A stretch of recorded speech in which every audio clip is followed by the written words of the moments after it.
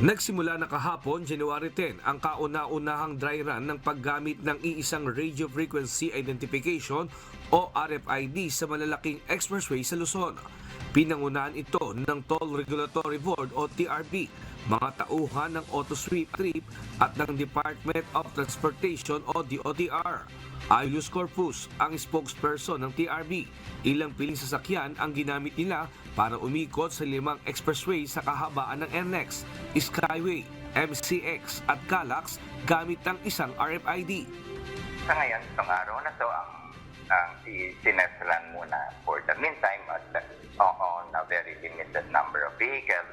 Ang sinet po natin initially, which is the very first time po, is NLEX, yung Skyway system natin, SLEX, MCX, kasama na rin po ang Calax.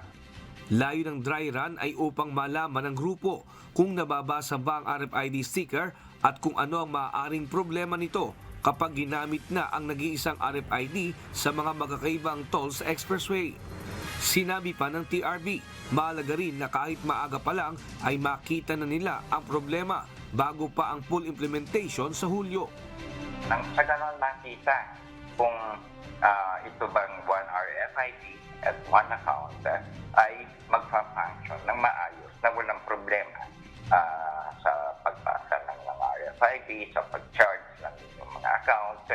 At makikita po dyan sa mga test drives natin mga yan kung ano-ano pa ang mga kailangan gawin upang kapag ka ito'y ipinatupad at ang target po namin sana sa July, this coming year, na ipatupad na ang ating phase 3 ng interoperability, one RFID, one account, ay hindi na po tayo magkakaroon ng problema.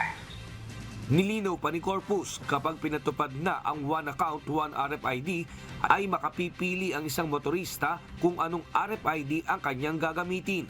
Sa ngayon, may 2 uri ng RFID ang ginagamit sa mga expressway. Ito ay ang Easy Trip at Auto-Sweep. Kapag naipatupad na sa Hulyo ang full implementation nito, magagamit na ang iisang RFID sa 12 expressway sa Luzon.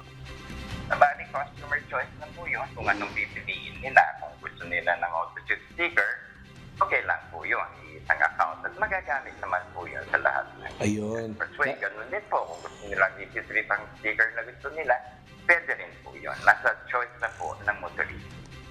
Umaasa naman ng TRB na magiging maayos ang dry run nito sa mga susunod pang schedule hanggang sa maging maayos na ang sistema. Diyos ang aming sandigan, serbisyo publiko ang aming pinahahalagahan. Nestor Torres, Humahataw!